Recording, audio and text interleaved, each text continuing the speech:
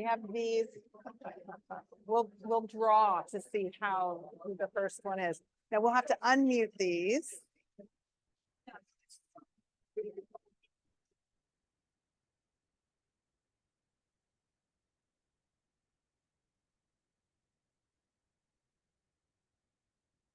That was an incredible magic trick. All we did was sit up here and suddenly everyone came to attention. We'll start now, I think. Thank you. Welcome, everyone. I'm Gina Neff. I am the director of the Minderoo Center for Technology and Democracy. It's great, along with our allies and friends, AI at CAM, to welcome you to this event tonight, celebrating the launch of The Atomic Human by Neil Lawrence. Welcome, Neil. Thank you. Let me do a bit of housekeeping. I have this written down so helpfully, so I don't forget anything. We are not expecting a fire alarm.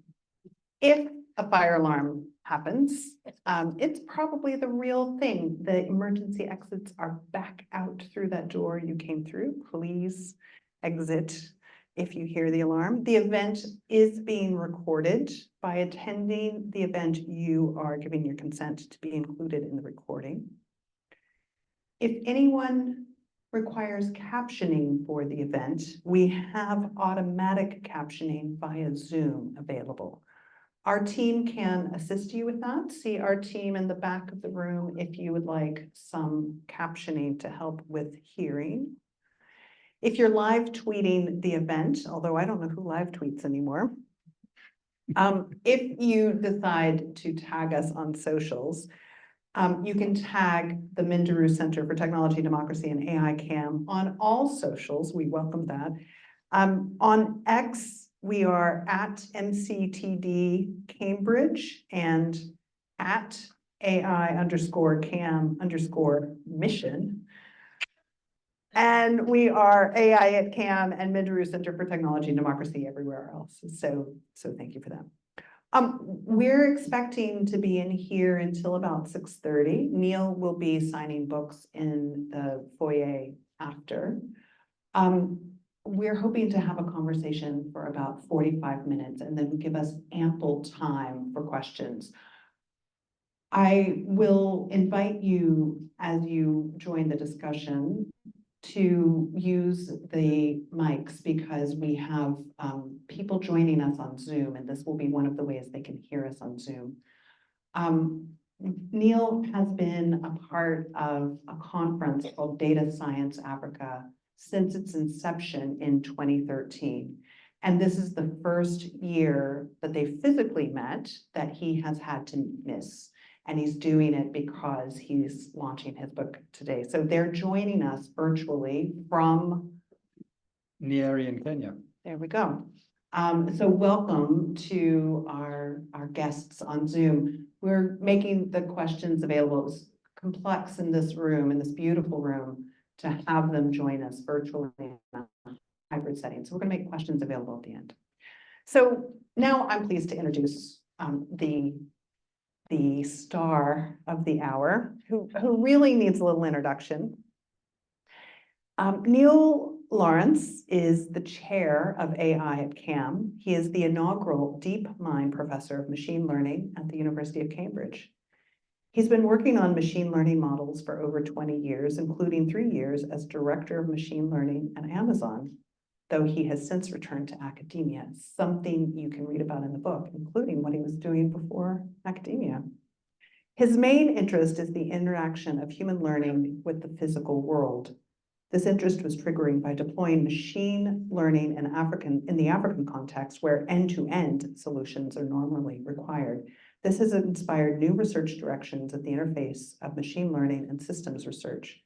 Neil is also visiting professor at the University of Sheffield and co-host of the Talking to Machines podcast. So I have text here about the book, again, which my team has very helpfully organized for me. But before maybe I give an overview of the book, I just want to say what a privilege and treat it is to be able, it's truly an honor to be able to be in this conversation with you. Well, thank you, Gina. The book is extraordinary.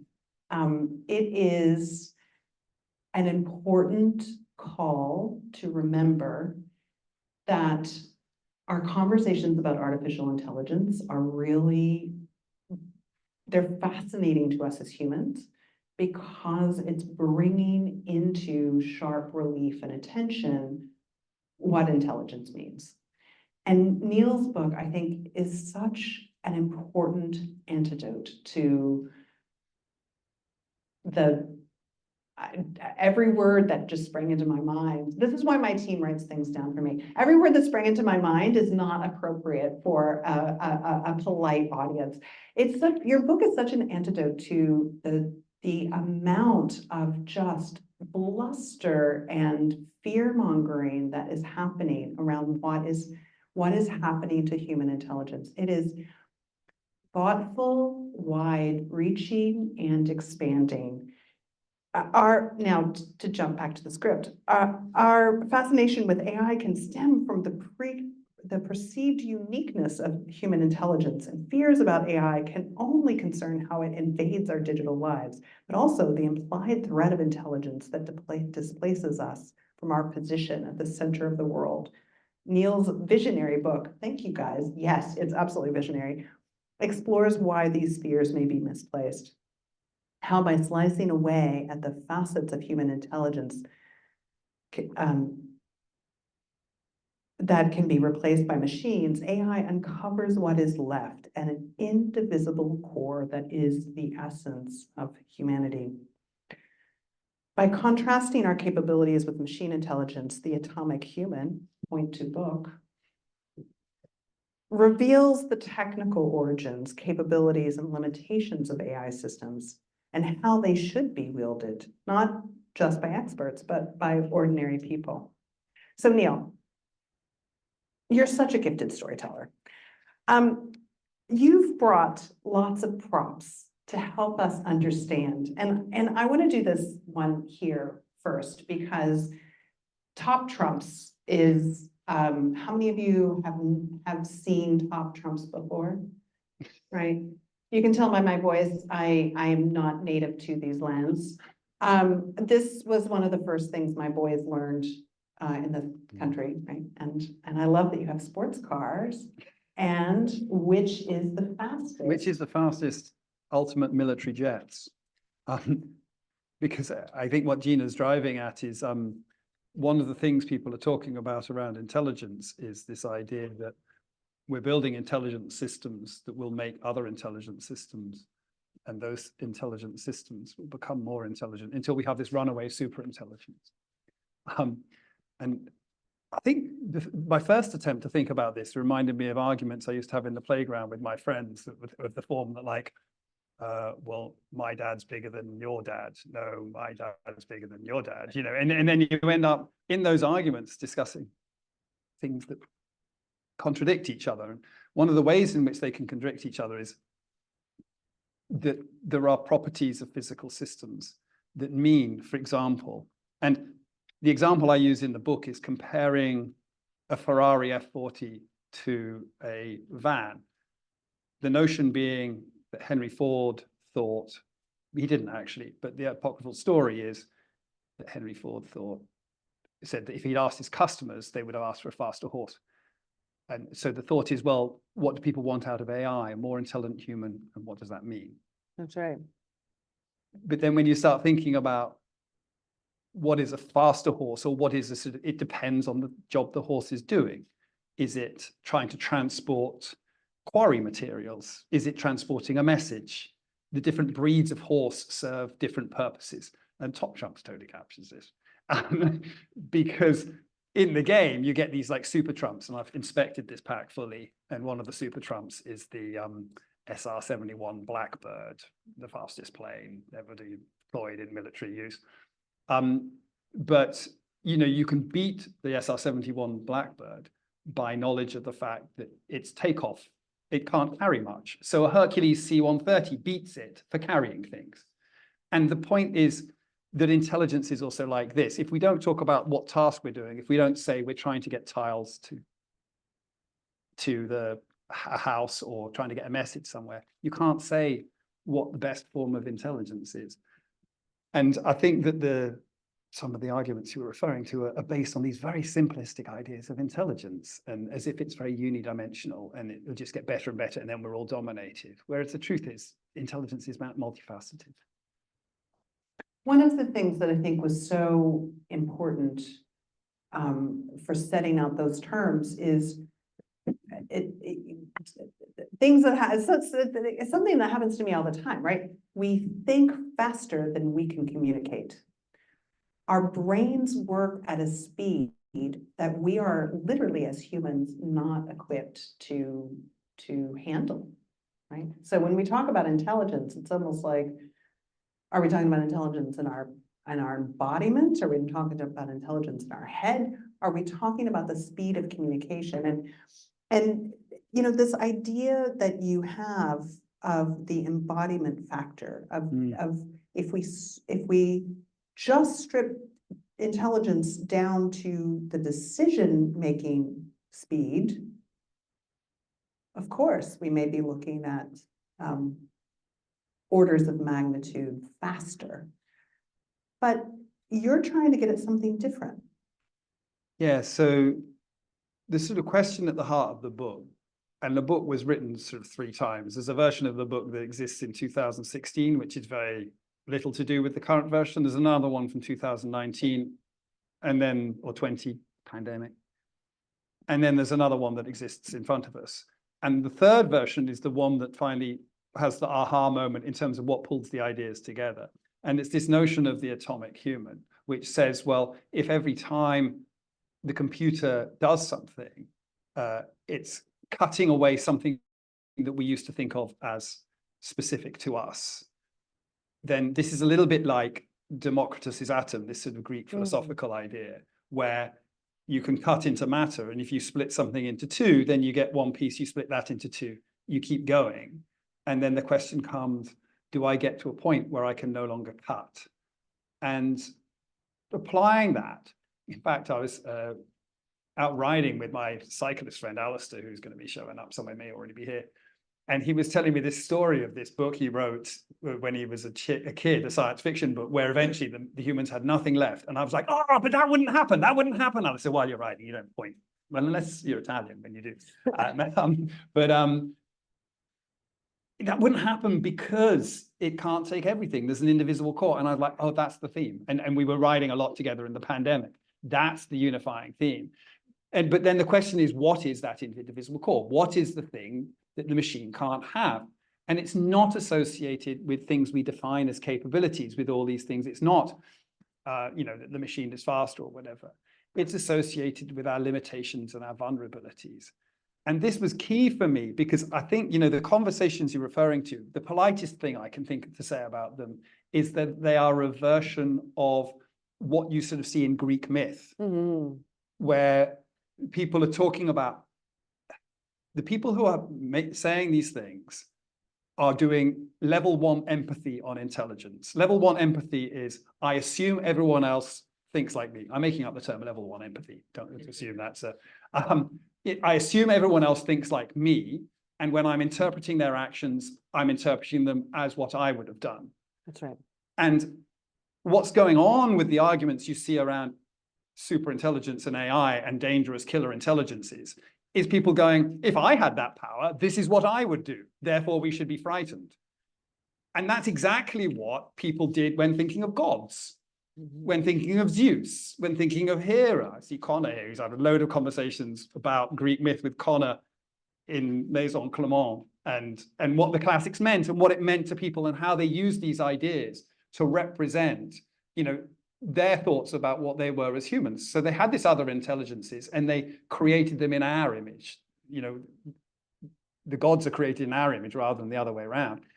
And all the stories around AI that you hear and embarrassingly in this country, at a government level over the last 2 years, it's been shocking, are that equivalent, that if this were such an intelligence, it would do all these things. And like, I think about 10 years ago, I was thinking about this and thinking, well, that's interesting, because I suppose that's arising from the fact that when people know of an outside intelligence or believe such an intelligence, a powerful entity exists, it causes them to start thinking in certain ways. And the first reaction in the religious sense, it seems to be, oh, it's going to do these damaging things to me. And it seems to be our first reaction, or some people's first reaction in the international debate. But then what's interesting is ask the question, oh, well, where does that go? Can we fast forward the religions? And I'm not religious myself, but I'm very interested in how the religions I respect do things. And what they do is they use the notion of an outside intelligence to introspect. They sort of say, well, if there's this very, very powerful thing, what does it mean for me as a sort of limited and incapable being? And that's a much more healthy way. It's sort of this shift that I sort of try and talk about in the book, from narcissism to introspection, which is a sort of interestingly fine line, I think. And the aim of the book is to push the conversation in that direction, to sort of say, well, let's not use this other intelligence for this sort of form of narcissism and what power I can gather and deploy upon people, but let's use this existence of this other form of intelligence. And I don't like the word, this other form of information processing, to say, you know. Come on, The Barbie. machines have spoken. Well, and they've spoken in a wonderful way, because, you know, the Barbie film was great. You know, I watched it on a plane and I just thought, this is stunning, you know, shows human creativity. But where was I? Gods and robots. Gods and robots. Gods and robots. And so in that sense, the aim of the book is to sort of say, well, what's the mechanism by which you use this intelligence to introspect? And then that conversation with Alistair on the bike was the moment when it's like, oh, that's the core theme, that you're using it for introspection, because you're using what the machine can do, but then you're turning in that introspection tends to focus more on the limitations of the human, the frailties of a human. When you look at, you know, what Christians do, or what many religions do, they focus on their inadequacies. That's right. And you know, I think we do lose something when we give up religion as a society and we fail to reflect. And, you know, in some sense, and that sounds way too ambitious. Yeah, it sounds quite arrogant to say the book's doing that, but it's an attempt to try and do that, to cause you to introspect. It is definitely an attempt to cause you to introspect. And Dunn, I just have to say, you're such a gifted storyteller. I'm going to read a very small list that Neil himself wrote in the beginning of the book. Michelangelo, the Terminator films, motor cars, daydreaming, being bedbound, deep sea diving, games like Top Trump, and rock, paper, scissors, and Amazon deliveries. That list was a list of what we had gotten to by page 24 as way of examples that he had drilled down into thinking through all of these different ways that we can be, right? And think and are. Yeah, and the point there, by that point in the book, is what I'm trying to say is one of our the first major limitation the book talks about is our inability to communicate. So versus the machine, we communicate through speech. The machine communicates through light waves. So we're using sound waves. The machine is using light waves. And this actually gives us a fundamental order of scale in how fast a machine can go, because light waves travel, roughly speaking, 1 million times faster than sound. So that means machines, when they communicate with each other, are going 1 million times faster out of the box. And actually, when you look, because we've come up with clever engineering algorithms developed by, you know, sort of people we have at Cambridge, it turns out they're going between 30 and 300 million times faster in terms of their ability to communicate. And this is an astounding number. And this is where your problems start. It's not like we can, and this is an absolute. This isn't like intelligence, where we can't say which is better because it's circumstantial. This is an absolute. It's information theory. It's fundamental to the universe. And we can say, oh, the machine is 300 million times faster. So if speed of communication is what you're after, that's better. But one of the things we get to later in the book is, of course, the speed of communication in our ecology is slower. it's about 8 billion times slower. So around you, there's information moving, well, and within you and within your families. And look, my 2 kids there's information in our genetics moving into the next generation. And the rate of speed of that information is order of magnitude the same amount slower than me speaking, as the machine is faster than us. So to put that in another way, and I'm going to have to anthropomorphize here, the machine watching me speak is like me watching a plant evolve. That's right. And that is the problem. That's right. Forget everything else about sentience and all these things. That it is already that much faster. And the problems we see in society, the problems that Minderu's dealing with, the challenges we see with social media, the challenges we see to democracy, technology and democracy, are stemming from that. And it's a very simple thing. But the problem with it is faster isn't necessarily better. That's right. Because while we are slower, we've been doing this together, not specifically us in the room, but our antecedents have been doing this for like 100 to 300,000 years, depending on what you read the origin of humanity is. And then before that, like 9 million years as we've been primates. And then before that, like whatever, 150 million years as mammals, 350 million years as bipedal animals, evolving together, overcoming the limitations that are intrinsic to us, overcoming them through being able to say intelligence is like top trumps. What a ridiculous idea. It's nothing to do with top trumps. It's an analogy, but it's an analogy that 50% of the audience could understand because it's relating. Yeah. And that series of analogies that's mentioned are all ways of trying to communicate this idea in this limited number of words. And they're all ways that fundamentally rely on our shared knowledge of our shared culture, which transcends our individual intelligence and allows us to overcome these barriers. And it's all that beauty and richness and complexity that is arising from this limitation.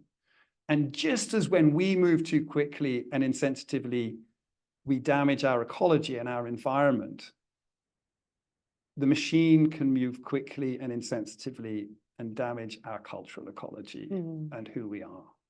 And that's the problem, not super intelligences. I wish we could wrap that up, package it, and put it in front of policymakers, particularly in this government, who, you know, who sold a notion of AI over the last year as something for us to really worry about in terms of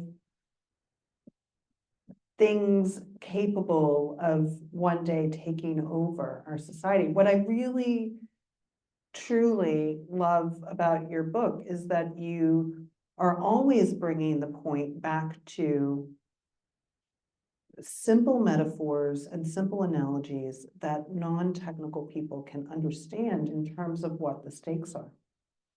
I mean, that's the hope. I think if there's a weakness, I think there's too many of them. There's 24 pages. We've already covered those 8 things. So they come at quite a rate. And I think that's just, you know, I kind of like that. I like reading that myself. And so I'm definitely guilty of level 1 empathy and assuming other people will also enjoy that. So apologies if that's not true. But the sort of hope is that the ideas remain regardless of the quality of the writing or the quality of the way they're introduced. And I do think, so I think there's a lot to be quite hopeful for. So I don't think it's so much the policymakers. It's a reaction of fear to a new thing that appeared, ChatGPT. You know, it is astounding and it's an extraordinary technology. And when new things appear initially, people are sometimes frightened. And the temptation in any democracy is to sort of exploit that fear to sort of say, I'm going to be here to save you. I did evidence in the Lords Select Committee, and I was sat alongside the chair of the AI Safety Institute. And he said, well, when I asked what he was hoping the AI Safety Institute would do, he said at the end of his evidence that he just hoped that people in Britain would feel a little bit more safe because of its existence. This is a person that wrote an article saying companies were creating God. It's fear-mongering. And he's entitled to write that and he's entitled to have that opinion. And when you look around and sort of say, why are we letting someone get away with that? It's because people feel not empowered to resist and to say no, that this isn't right, because he's a very, very intelligent person who's achieved many, many things. And that intimidates people to think, oh, this person must be right, this must be correct. But the truth is, individuals' instincts about this, the people I meet in the street when I talk about AI, have a much better sense of the pragmatic issues that they're facing and the issues we need to address. But they don't feel empowered to raise that voice and push back and say, no, this is ridiculous. The thing you're saying is ridiculous. It's simply ridiculous. There are problems there. You're hinting at some of those problems, but let's kind of try and treat these problems sensibly and address the challenges, which are societal challenges mainly, and the undermining of our societal ecosystems, rather than sort of trying to say, someone's doing this magical, evil, powerful thing, and only we can prevent them. I mean, it's you always put this better than I do. How do you put it, Gina? It's like with the science fiction, it's like they read only the first half of the science fiction book, where, you know, like Asimov describes some world where they're going to introduce, actually Mike Croucher, who's here, put this brilliantly on Twitter. He says, like, well, you know, that Asimov's laws are a mechanism for narrative dystopia, you know, but people keep talking about as if we should deploy them in practice, because simple ideas just don't work in practice, you know, and most people understand this, but somehow these simple ideas are taking hold in some quite powerful people's minds, and we're not challenging them. That's right. One of the things that I like about how you describe intelligence, and I would like this in that level, in the spirit of level 1 empathy, which I think we should coin, and the phrase from tonight, cite it from tonight. In the spirit of level 1 empathy, you think a whole lot like a sociologist. I don't know that I've ever met an engineer, certainly not the DeepMind professor of machine learning, who so deeply thinks of intelligence as social. And that's something that I think runs throughout the book, right? This, you know, the example, you know, this list of examples and analogies, right? The reason why they resonate with people is because we're very good at understanding the context that other people may be operating in. It's partly how we raise children. Children are raised our survival as a species has depended on literally the skill that we now use to read the room. Friend or foe, right? Fight or flight. Knowing what we know on a level that works so differently from quote unquote simple communication. And so for me, what I think is so powerful about your book, your mission, is this idea of humanness as not one kind of individual intelligence, not just embodied intelligence, not just different ways of thinking about consciousness, but also thinking about how we are individually within our social context. Yeah, I mean, I always think that's kind of, as you sort of go down this road, you just end up seeing, oh, that's kind of the most interesting thing. And for me, and it's a great honor to say you see me thinking as a sociologist, but in a very real sense, it's constructive. I didn't start that way. You start with this idea, oh, we've got this limited memory bandwidth. And then, you know, from my mind, as probably other technical people are going in the audience, is, oh, Shannon, encoding theory, you know, and then we're all thinking, oh, well, how do you overcome that? Well, oh, you have to have these sort of shared models. And then you have to sort of say to people, it's this situation. Everyone has to have this shared picture. And it's like, situation number 73, which is a complex situation we all understand, and then we deploy correctly. And you can see this in pack animals chasing down, you know, where they see the change in behavior of whatever the wildebeest they're chasing, and then they immediately switch roles without communicating. So like one was supposed to be flushing a wildebeest out, and the other one was supposed to be ambushing it, but then the wildebeest went in an unexpected direction, and they immediately, without communicating, switch roles, because they understand their roles in their society and how they should react. They're just seeing the same situation and reacting according to a shared understanding of the world. And so then, of course, everything becomes immediately social and cultural. And anthropological, and all these things, that in some sense, I think one unfortunate thing is the people who are dominating the conversation are people who, you know, brilliant though they are, have specifically avoided those contexts because they struggle with them, just like some people struggle with mathematics. And they're sort of effectively telling the rest of the world, well, intelligence must be defined as the thing that I'm good at, which is maths, and not the thing that most people are good at, which is having a bit of a gossip over the fence, you know. Or good at philosophy. I might have been in a conference ballroom of about 450 people in Brussels, where some sage on the stage said, well, you know, very soon AI will take all the jobs and humans will have nothing to do, and how will we find meaning? And I stood up and said, do you have children or aging parents? It sounds like you don't, because let me tell you, at least 50% of the world is over here doing a whole lot of work that won't be replaced by robots. We're tired. I think we'll find a lot of meaning in our communities, our lives, but also this idea, you know, Where does it come from? where does it come from? During the AI summit, someone working with the team, with the UK team, turned very confidently to me and said, oh, you work in future of work, where there's not going to be no future of work. We're going to lose all the jobs when we get artificial general intelligence. And I said, when's that going to be? And he looked very confidently to me and said, in 2.7 years.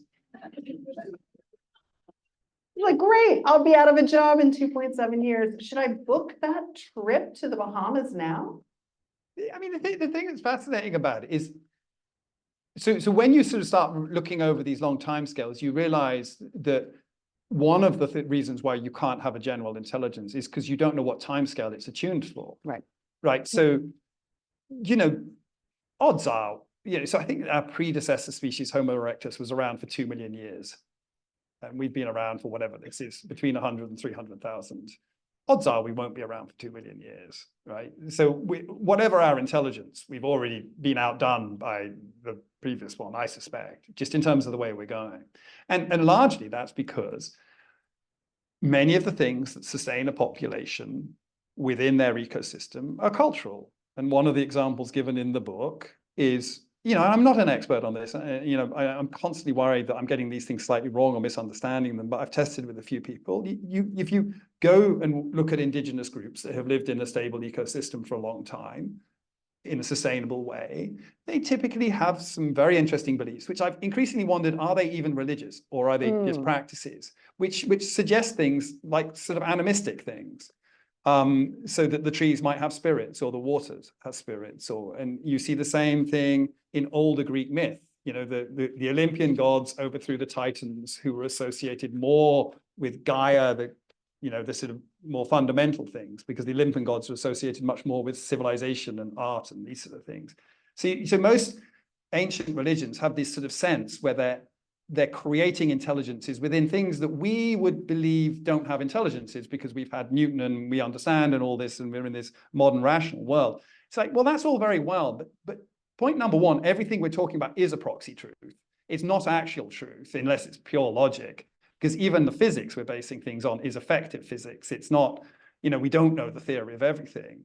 And these are just proxy truths within their culture that enabled them to understand lessons over generations and live sustainably with their ecosystem. And we kind of tore the book up 200 years ago. And I'm an engineer. I've been active in doing that and a great believer in rationalism and reductionism, et cetera, et cetera.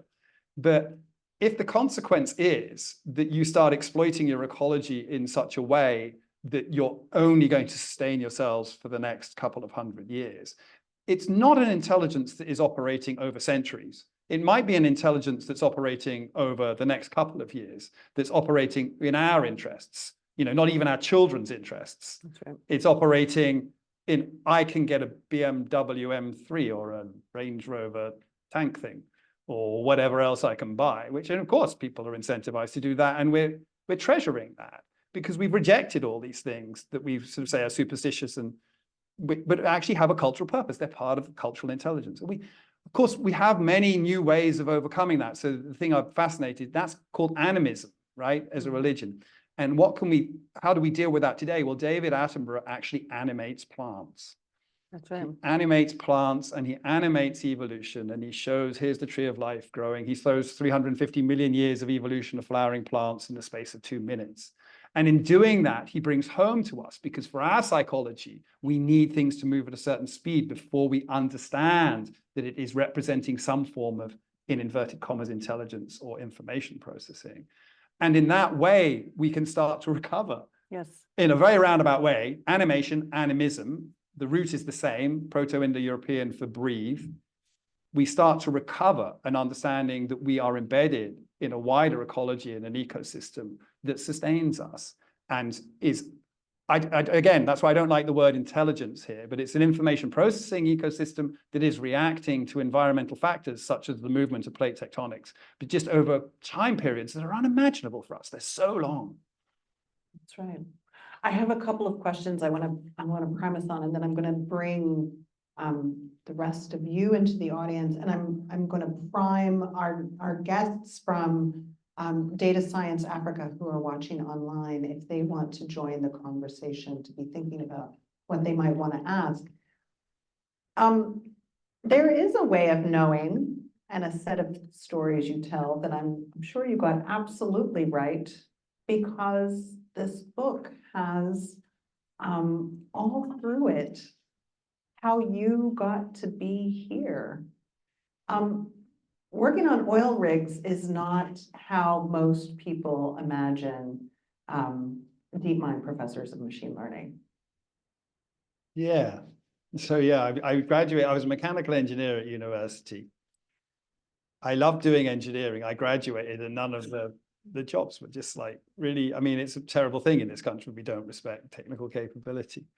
And so I ended up a job that seemed like it had adventure and interest in it. Was working on oil rigs and like go all around the world. I mean, I was young, go around the world destroying ecologies. Sounded interesting. It was well paid, but I was ended up being dispatched to the North Sea. So I was actually, instead of being based in these places, I imagined like Colombia or, you know, Nigeria or all these amazing places I'd like to visit. I was based in Morecambe and Great Yarmouth, which are amazing places as well. I didn't understand how amazing they were at the time, but they are amazing, interesting places too, but for different reasons. And so I worked at that for a few years, but it was always my intention to sort of move on. And I think the things that I use in the book that come out of that is, of course, you spend a lot of time with geologists talking about deep time and the origin. You know, you're drilling through, you're sat there, not drilling, actually, we were measuring formations. And I'm asking like, oh, what are the Mercia shales? And then the geologist is talking, well, there was like a river delta. It's like, just imagine the Amazon, but like 10 times bigger, because we were in the middle of this continent, or on the side of the continent, you know, and, you know, then you said, oh, well, at that time, what are these sandstones? Oh, there was a desert because we were right in the center. And, you know, and it's just like, you can't picture it. And, you know, one of the things the book talks about is, spends a lot using the butterfly. I don't like the word, I don't know, I don't like sort of these, I try and avoid words that are loaded in terms of ones that have been used around our intelligence, like sentience. Yes.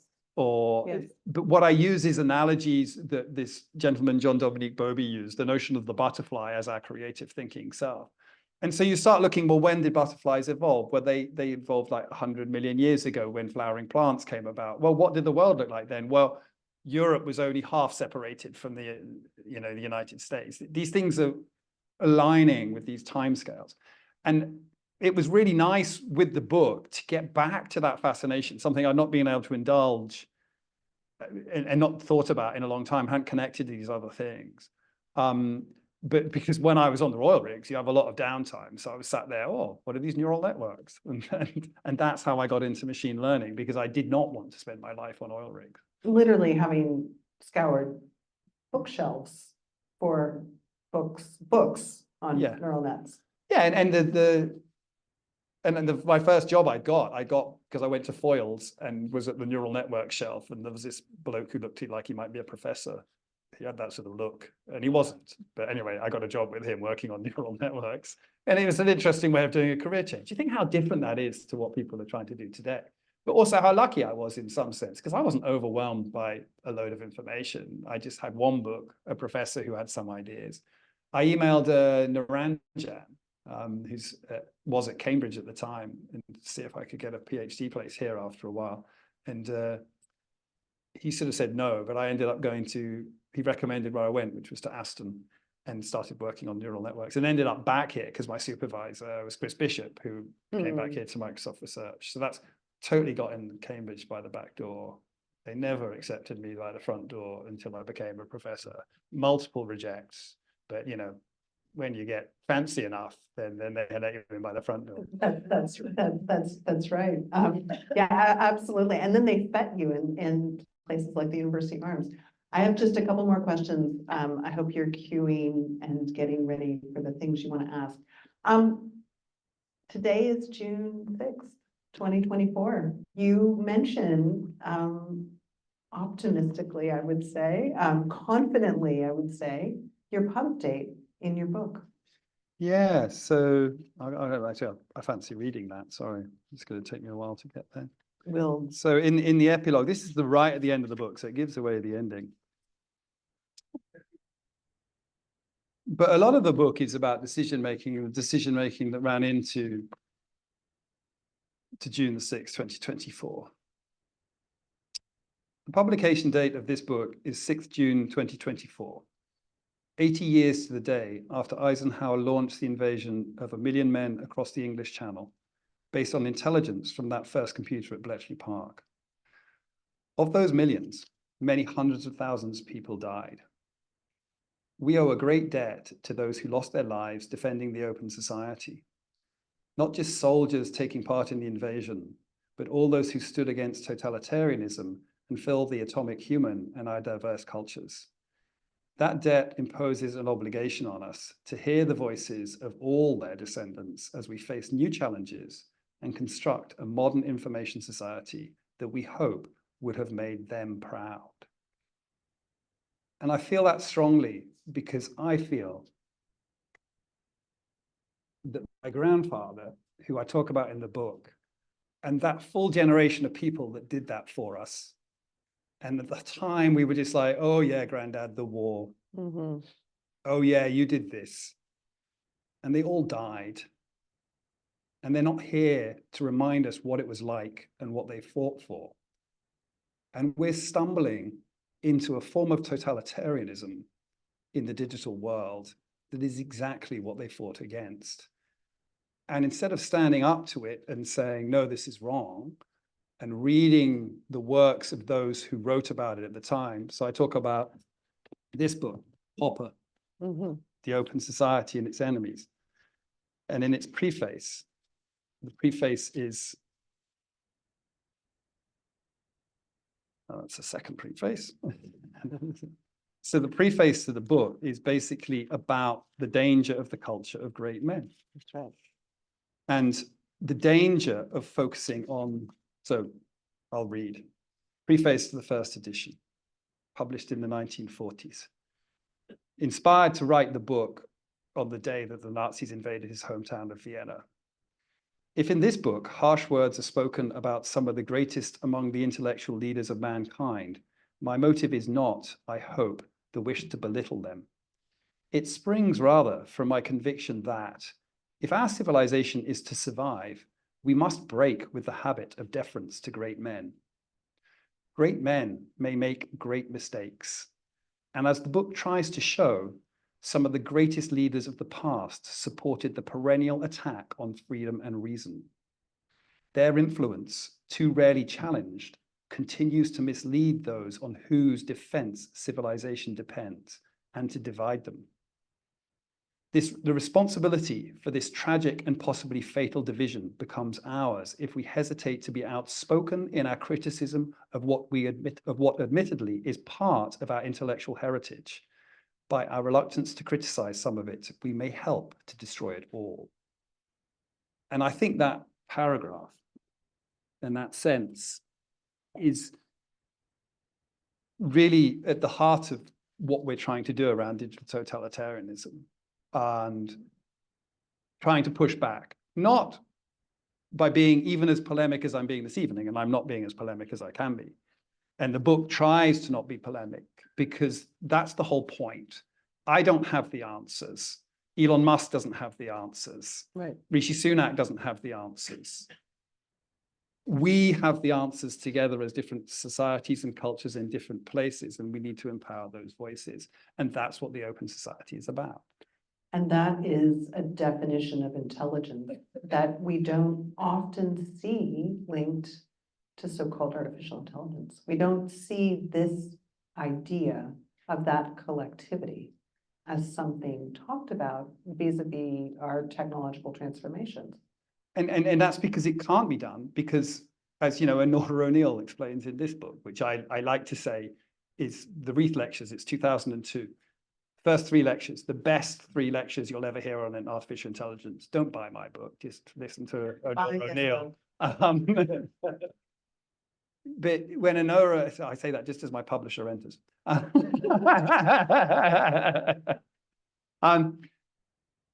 What's extraordinary about Honora O'Neill's lectures, and they're on BBC Sounds, and this is the book, I have it because I can hold it up, I can't hold up a podcast. But I'd urge you to listen to them because, of course, you hear her voice, but then you also hear the questions and the discussion, particularly in the first 3, because it's all about how you can't trust process, that you can only trust people. And what we're seeing with artificial intelligence is the extrapolation of the fears that she's representing in this book. She talks about a notion of what she calls intelligent accountability. And what she means by intelligent accountability is that when you ask someone why something happened, it's not that they give you exactly the explanation, because of course we know there's post facto explanations, but the person who's giving you the explanation is someone who's integrated into your society and beholden to the same vulnerabilities that you are beholden to. Right. So, you know, the latest example of this, which I don't think is a great example of it being done well, but is Paula Venels being held to account in front of an inquiry. A lady who has actually admitted wrongdoing, or admitted she didn't do as well as she could, who's been in tears in that inquiry, trying to apologize to people, and the apology is rejected, which perfectly justified in rejecting the apology. What was done to those people was terrible. But she is the only person that has stood up and admitted culpability. And she is not the reason that happened. There's a chain of culpability that's associated with deploying a broken digital ecosystem on a group of people who had no ability to speak back against it. And what we are doing with artificial intelligence, if insensitively deployed, is just sowing the seeds of 10,000 horizon scandals right now. And our only mechanism to hold people to account is to sit someone in front of us and kind of destroy their reputation. And that's what Honora O'Neill, I mean, I'm simplifying it, I'm sure, but that's the essence of what she's saying. You can only hold a person to account because only another person is subject to the same vulnerabilities we're subjected to. And so AI can never do this. Right. You know, this can never be cut away from us. It can help, it can support, it can empower, it can do so many things, it can improve. We can do so many things with it to our benefit, but it cannot replace, not for these consequential decisions and for these vitally important things in our society. I think that's a moment for us to turn. Are there questions from? Do you want to?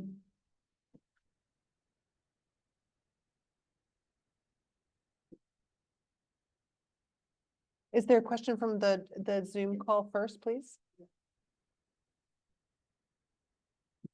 Okay, so there's actually 2 questions, but we'll just do one for now, and then we can. Why don't we combine them? Can we combine? Okay. So the first question is, what's your viewpoint from the book on guiding new strategies in AI in developing countries? And question 2 is, the potential of AI as a means of persuasion is only just starting to be exploited. What are your thoughts on the implications for humanity if it becomes possible to influence people's beliefs at an extreme scale and effectiveness? And what we'll do is is Christine going to circulate? We'll have Christine with the mic. So we'll do hands. We'll let you do those first 2 questions and then we'll take from the room. So yeah, and you know, in this story, we talked a little bit about Data Science Africa at the beginning, but almost, you know, one of the books I refer to in the book is Nick Chater's The Mind is Flat. And one of the principles in that book is actually a lot of our complexity is not inside us, it's outside us. So it's coming from those experiences we gain, the things we see, the things we get to interact with. So if there's any depth and sensitivity to me, so much of it is taken by working with my colleagues in Africa who are solving these problems in an end-to-end way and who are far more clued up. And I think, quite frankly, quite baffled by many of the things we're saying around AI in the UK. I don't want to speak for them in that sense, but there's certainly a sense in which it's like, well, that's not much to do with the problems we're trying to fix here. And the reason why they're so good is because they work in this end-to-end way. They have to go right from, because there isn't an existing infrastructure very often in terms of, say, crop monitoring. So there is something, you know, there's people driving around, taking notes, collecting it, bringing it back to the Department for Agriculture. And of course, with mobile phones, you can do a lot more, but you have to build the whole ecosystem. You have to go all the way from the farmer's field. And that turns out you have to talk to the farmer. You can't imagine what the farmer's problems are and what the solutions they want are. That doesn't work. You have to go and see them operating in the field. And then you have to go all the way to the Ministry of Agriculture. And you can't imagine what you think the Ministry of Agriculture wants to know. You have to talk to them and learn that. And you have to build the entire technical ecosystem in between. And it's only when you see the completeness of this chain that you start to get a depth of appreciation of where the real challenges are. And, you know, they're brilliant at that. And we're very bad at that in the UK because, of course, we've already split these tasks up into little separated concerns. We talk a lot in the book about separation of concerns. And that's fine when things aren't being disrupted. When things are being disrupted, it's very problematic. So there's extraordinary opportunities in developing countries. But at the same time, you also see massive exploitation. So in terms of the companies that are making the most money out of this, they tend to be gambling companies. So there's, I can't remember the name of the company in Kenya, but they sponsored one of the Premiership football teams. You know, they're exploiting this amazing information topography so that everyone can, you know, there's all these great shacks. You can go and watch Premiership football and you can gamble on Premiership football. So the main new economy around mobile money and everything else that everyone's making money on is the main one's probably gambling. And Ross Anderson, who's recently unfortunately died, was telling me that when he was working on the SIM security, the first thing they had to get in was something that's going to ensure that gambling worked. And so you can sort of see the tension between things that are being imposed from the outside versus the possibilities around these new deployments. And just as what we talked about, crop monitoring, one can go to health center monitoring. And the group who are in DSA now, I know the talks that they're giving, and I know the things that they're talking about. And you just see the most inspiring and capable people deploying these things in production, not running around the world saying they've created AGI, just saying, oh, here's a problem that I've looked at. I'm not sure of the solution. Can someone help? Or I learned this from this, or I went to this other university. And building that network and increasing the confidence to that group to let them know that they are the cutting edge, that when they fly into Europe, we're the ones that are behind in our thinking in these problems. And seeing that group develop has just been one of the greatest privileges of my life. In terms of the second question around persuasion, I think this is really where the challenge is. AI is already manipulating us because it has 300 million times more information about us, right? And so it sees us in a different way. So it sees us, we see each other how we can see each other given the limited amount of information we pick up. And we actually often see each other as better than we actually are, which is a nice thing. And that's important that we keep doing that because then we try and live up to that better thing. Whereas the AI goes, oh, if you show them this picture, they click on this. Look, I can tell that at scale, right? And that's the quality of AI we've got. And it can predict that very easily. So we've already suffered persuasion in a very deep way. And one of the things I find is ridiculous about these arguments is like, oh, there's no example of being manipulated by an intelligence that's less good than you. Well, there is if it has 300 million times more bits of information than you get.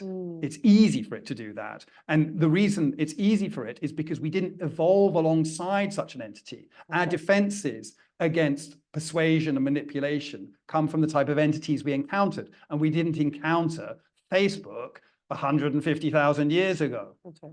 And so this is very, very problematic. It doesn't have to be more intelligent. Now, in some sense, the persuasion thing could get a lot worse because if we see the same type of business models and then we see that persuasion happening at this sort of conversational level, that could be really bad.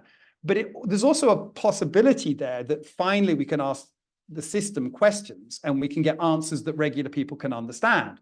So that, you know, let's take the Horizon scandal, where the counting system basically wasn't working, and actually the reasons why wasn't working are sort of interesting and associated with how they were building software at the time.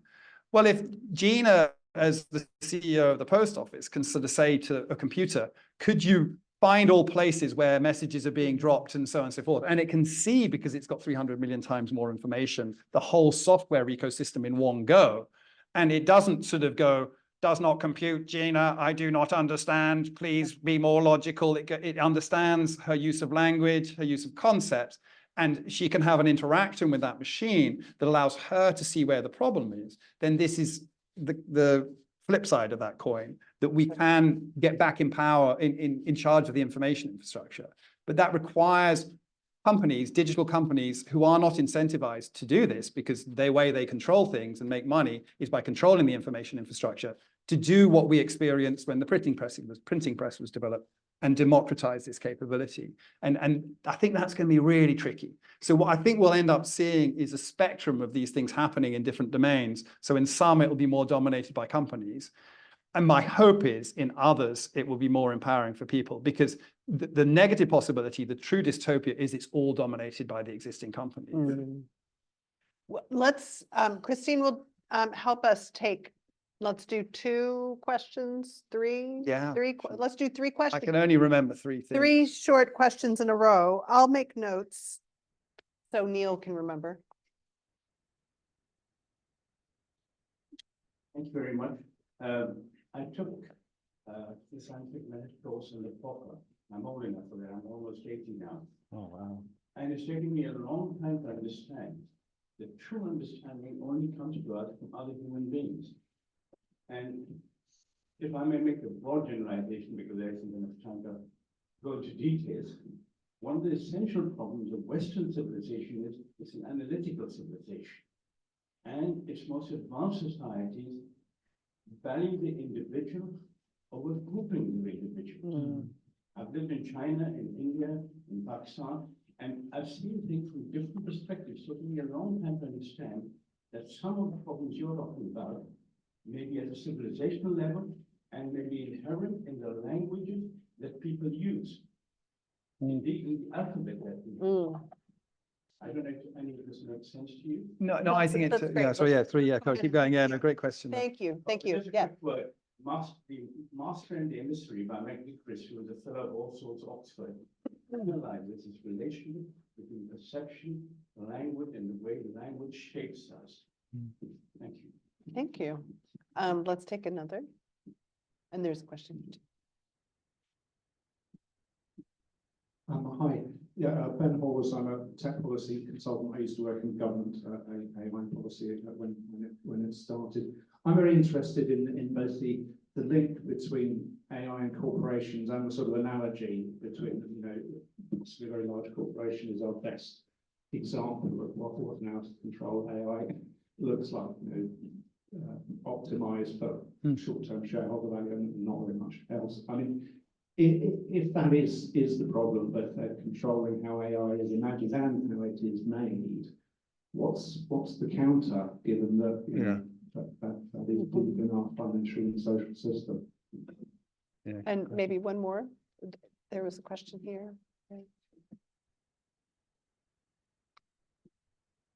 Thank you. I really appreciate your focus on culture. And if you could unpack a little bit more on the power of AI to connect human beings. We use it in one of our projects to connecting neurodiverse kids and their parents. And it's a needle in a haystack for a parent with autism to find another parent with autism. But with this machine learning, we're finding that we can do it much faster with a lot more of the community. And so I'd love to learn more about how you think about that. Great.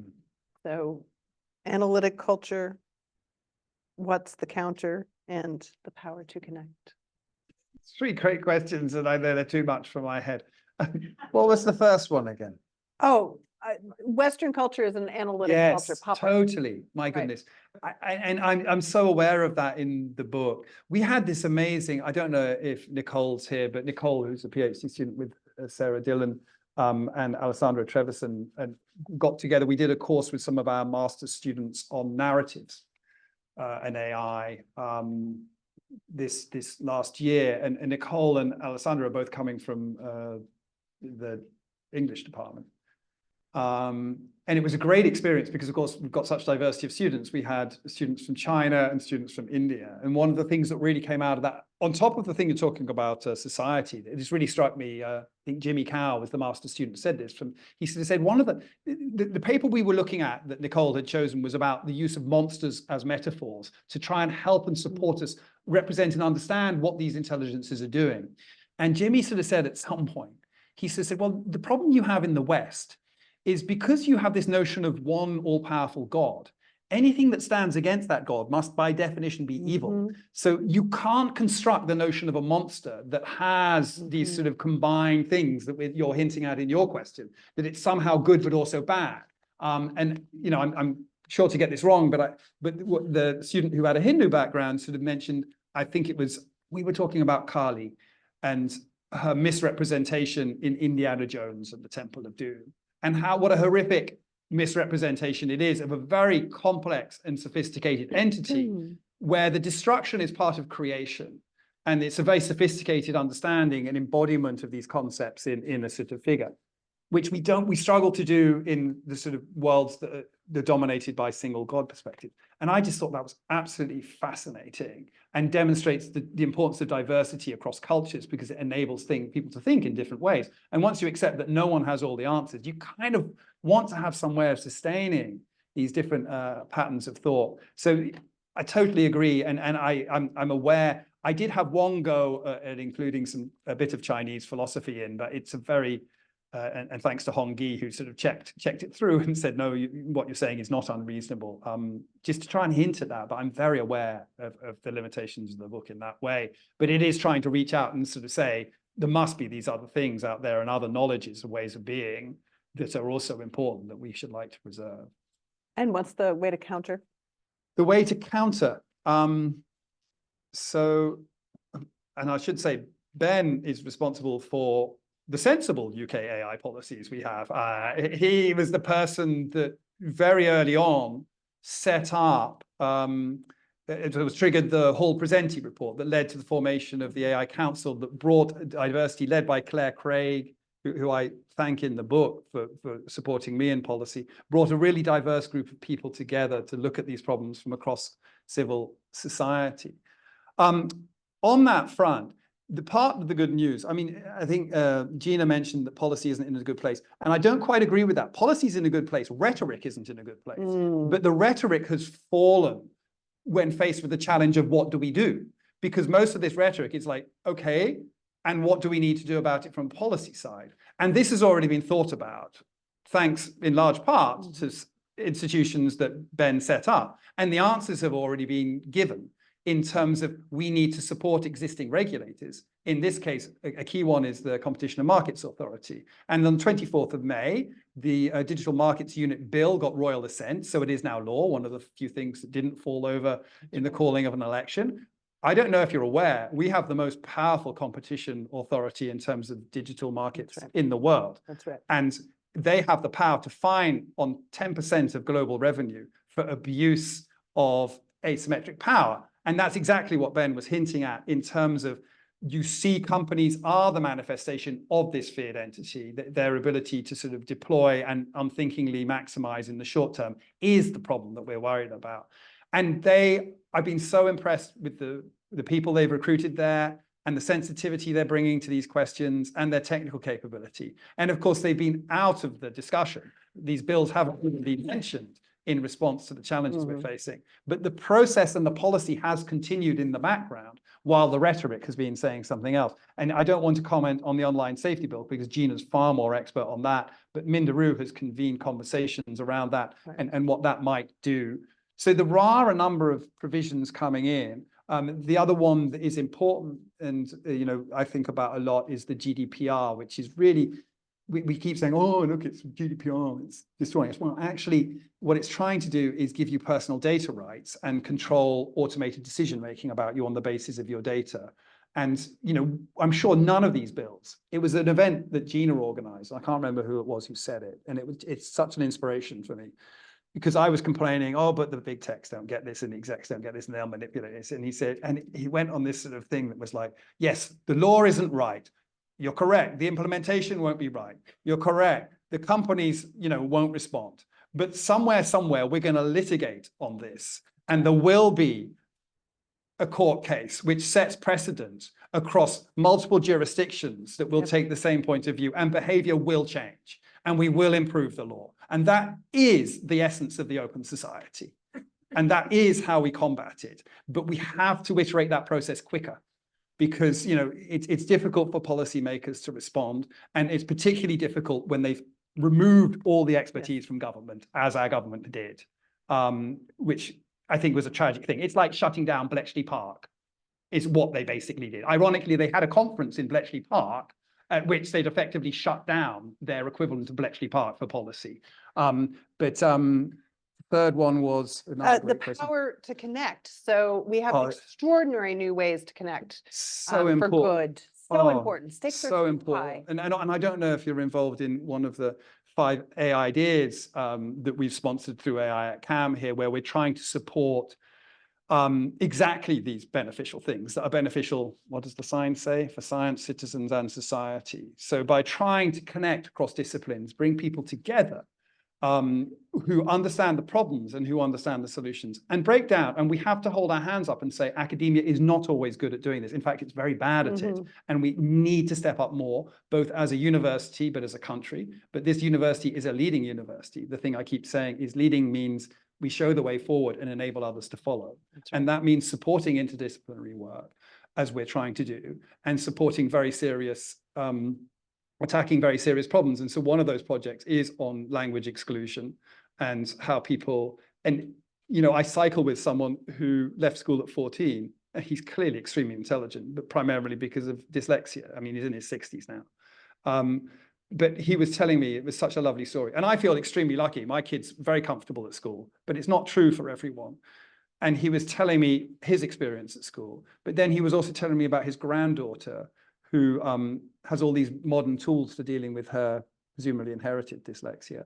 And of course, the things you're talking about are exactly what we want to happen. There was another story in an event convened by Jennifer Schooling for another AI Ideas project we're supporting, where one of the attendees, who was from Cambridge Council, was talking to me about his experience with his son, who's visually impaired, and how he's been able to 3D print tools to support the son in his visual impairment. And he was curious about how he could also use AI to support his son. And I think the answer for all those things is the same, that big tech aren't thinking about this. And every time they do the slightest positive thing, they trumpet it from the, from the heights of the mountains. And everyone goes, oh, have you heard that Google did a nice thing in Africa? I mean, it's ridiculous. And we let them get away with it. My best analogy is we treat them like we treat small children. I do love small children. And we had they shouldn't run the world. No, and we had the most amazing weekend, my whole family and others. We had like 8 adults in the house across this weekend and 1 2-year-old. And we had some of the most sophisticated, it was with, you know, top economists, a concert cellist, you know, and super interesting people. And we are all watching the 2-year-old go, there's birds. There's birds. And we're like, it's a pigeon. And there's birds. And it's just the most beautiful and wonderful thing, because it's part of the human condition. And she is seeing the marvelous things that we forget and don't talk about. And we get to see it again through her eyes and enjoy it all over again.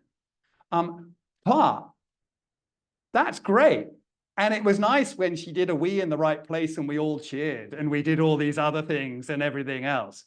But when we do the same thing for some of the largest corporations in our society, oh, you behaved in a slightly morally correct way. Well done. It's shocking. It's shocking. It's shocking. They need to grow up. Yeah.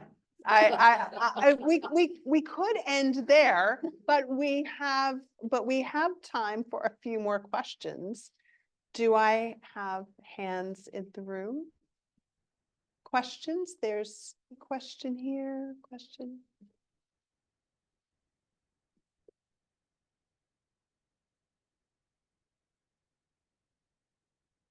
Thank you.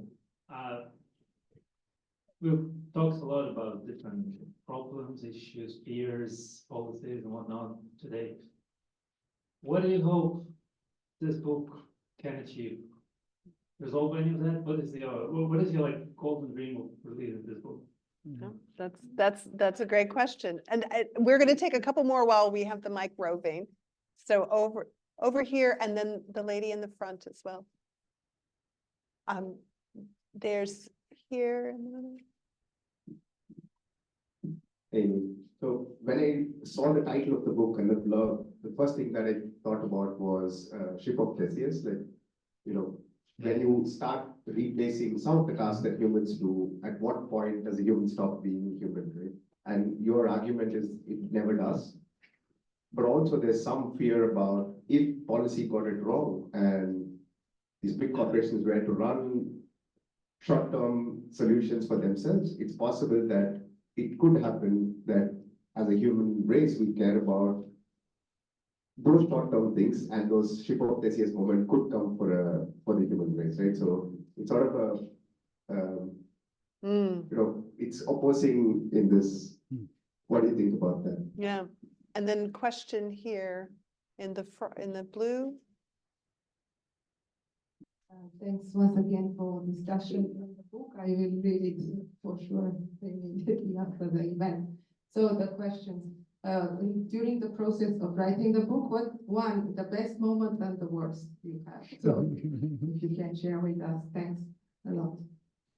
Oh, great. Three great questions. So Andre's question, I think this is the depressing things about doing anything like this. I like the book. You should too. I did the audiobook, and it was sort of interesting doing the audiobook because I'd sort of thought beforehand, oh, if there's an audiobook, I didn't think there was going to be an audiobook, but I thought if there were one, it'd be really irritating to read pompous stuff you didn't like to read out. And so in that respect, I succeeded. I really enjoyed reading it. And the actual guy who was producing me said, you know, it's not super common for authors to still enjoy their book when they get to this stage. So I think I've achieved something there. Another thing, like in terms of expectations. So these are the sort of things I'm most proud of. And, you know, in that extent, we're done. I think that one of the things I've noticed is there've been, and the two people who have done it so far are in the room, where someone who's read the book comes to you and tells you what they think about the book. And you realize that they've totally got something you thought you were trying to achieve. And it makes you quite emotional. And both Diana Robinson and John Norton have done that at different times. And I think, you know, almost at those moments, you just think, oh, that's fine then. If just one person could see the thing that I was trying to get across, then that's enough. But then there's another side where I kind of feel that I think is the feeling that probably most people in this room should have, that we're incredibly lucky that circumstances have dictated through a combination of experiences that we're in a position to do something about a very problematic area. And having that thought, you know, in my case, artificial intelligence, I happen to have done a series of things, had these experiences that are quite useful. And I think with that thought comes an obligation. And I think you carry that obligation. I think many people in this room carry obligations in different areas that they understand that they should be giving something back because of the luck they've had. And I think it would be great if the book just lifted that weight off my shoulders and changed the conversation. So I didn't have to worry and wander around being frustrated or thinking about that or thinking whether I'm making the right decisions. I mean, I spent the whole of last year while our government's policy advice was collapsing, losing sleep, not over anything other than, am I doing all I can to try and hold this back, to try and make the decisions go in the right direction, to try and make them see sensible things. And you just don't know, right? So in some sense, I kind of hope that the book helps steer that conversation and sort of lift that burden a bit and, you know, help us all drive forward a bit. That's, you know, that's maybe way too big a ambition for it. So it's just nice that people say genuine things about it. Then the next one was, what if policy gets it wrong? Say again, it was a, What if policy? gets oh, it wrong, right? the ship of Theseus. That's right. So, yeah, so I think the interesting one thought on the ship of Theseus is that I think is true for humans is like, if that ship was special to us, if we are a population and that ship is rotting and we are replacing it all times such that no part of that ship is left, still means something. Still means something because of what it represents to people. And that's how the notion of spirit in a material thing emerges. And I think, you know, I'm a very non-religious, non-rational, rationalist, non-rational, historically. But as you start thinking about that, as you see things, I had the great privilege. So the story, this really came home to me when I was asked by Laura Jana Klausner, when she was chief reform rabbi, to attend a sort of, it'd be Rosh Hashanah, New Year, right? And give a talk about AI. And I wore my my dead brother's shoes. And on the train to the event, a lady who my best bet is that she was a homeless lady, sat there and complimented my brother's shoes. So she complimented me for my shoes and my taste in shoes. And she's actually complimenting my brother. Right. And in that moment, the fact that he owned those shoes translated through to a compliment about who my brother was. And oddly, I got off the train and Laura knows like all these celeb types, and Rob Rinder, the Judge Rinder, who I didn't know who he was at the time. He was a friendly guy. We were chatting and he said, oh, I really like your shoes. So again, my brother was living on through this material object. And then I didn't know the tradition of this, but I can't remember what the horn's called, but there's this ram's horn that they blow. Shofar. And right there, you see the same thing. You see the ship of Theseus. That's not the horn that was originally blown. That's not my brother's original shoes, but that's the tradition where we remember our history and our culture coming through. So at that level, I sort of reject a bit the ship of Theseus argument in some sense that it still means something even if the ship has lost everything. But in terms of, you're right, the atomic human argument has that element of preserving that thing. And I do think, you know, the argument is not that that thing remains whatever happens. You know, my argument is actually we are eliminating and damaging that core that we treasure because we don't even recognize what it is. And that we need to recognize and understand that, and then we need to preserve it. And how we do that is not something that any individual can talk about, or any country or any continent. You know, it's something, it's a discussion for everyone. And then the third was the best and worst moment. This is, of course, the best moment, I'm sure. Actually, the best moment might be the celebratory cocktail afterwards. What's the best moment of writing the book? I think you know, there's times, obviously, when, I mean, you're very lucky, right, in the jobs we have. You know, very often I stop writing because I have to teach, right? And teaching is all consuming. And so you have these vast periods out of writing. And it's an immense privilege to then be able to pick it back up and look at it again and see the bits you enjoy. You know, you get to do that thing that someone who's probably a full-time author never gets to do. You put distance because you're having to do something else. And then you get to reread it as a new reader. So I'm trying to think of bad moments. I think it was lovely. It was just the whole, I mean, it took ages. It's across 10 years, across different times. You know, I had incredibly supportive people like Keith. You know, Keith's editing on some of the first pieces. You learn so much when you're being well edited about your writing, and you're just getting to do all these things. You're just very privileged. I mean, I'm sure there were times when you're a bit stressed about it, or like, I think, okay, maybe one of the hardest things to do, but it wasn't a bad time. It was just the way it was. The second edition of the book was before I got an agent, and I had this contract that the publisher it wasn't a good contract. And so I felt I had to get an agent, and Stephen Kay put me in contact with his agent. And he said, look, don't sign that contract unless they change these things. And they didn't, so we dropped the contract. He said, but I can get a much better contract. And what we'll do is, but you have to write a proposal. And it turns out there's nothing harder writing a proposal for a book you've already written. And it took me, I had to forget what book I'd written and write the proposal for the book I should have written, and then rewrite the book I'd written. And that's the third rewrite. But what a good and important thing that turned out to be, because it was in the third rewrite that the themes were pulled together. I had all this material. And so where there is depth and interest in the book, it's emerging from the repeated workings. It's like a polishing. Like my grandfather was a sort of cabinet maker, and the depth in the polish comes from the repeated layers of the polish. And it's not actually me. The book's far more sophisticated than I am. And maybe that's embarrassing for me. But so I guess maybe the best and the worst moment are the same.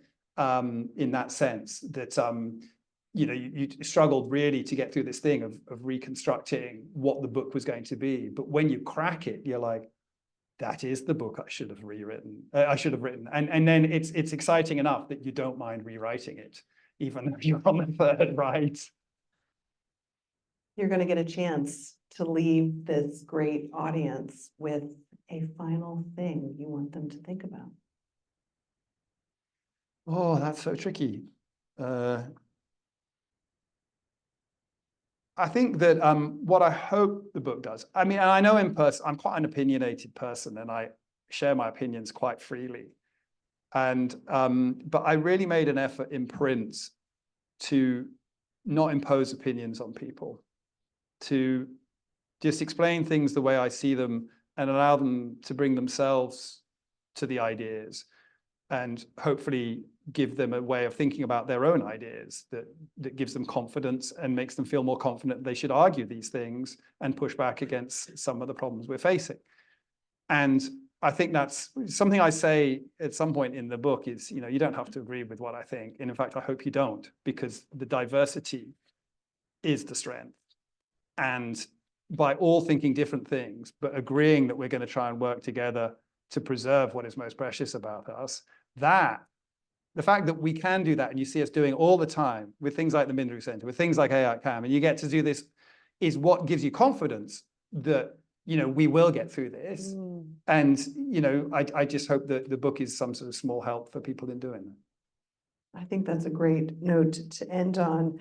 We're going to transition. Neil's going to be signing copies of the book, selling and signing copies of the book in the foyer.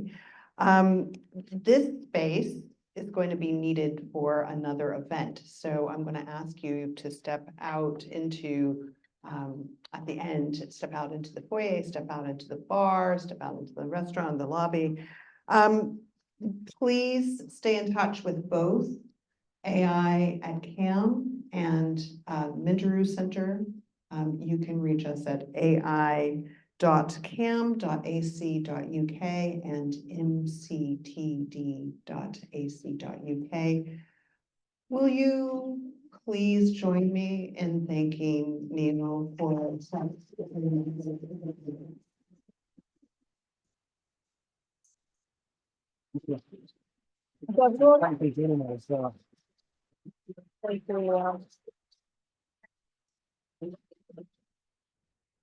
The book is The Atomic Human, Understanding Ourselves in the Age of AI. It'll be right outside the foyer. Thank you all so much.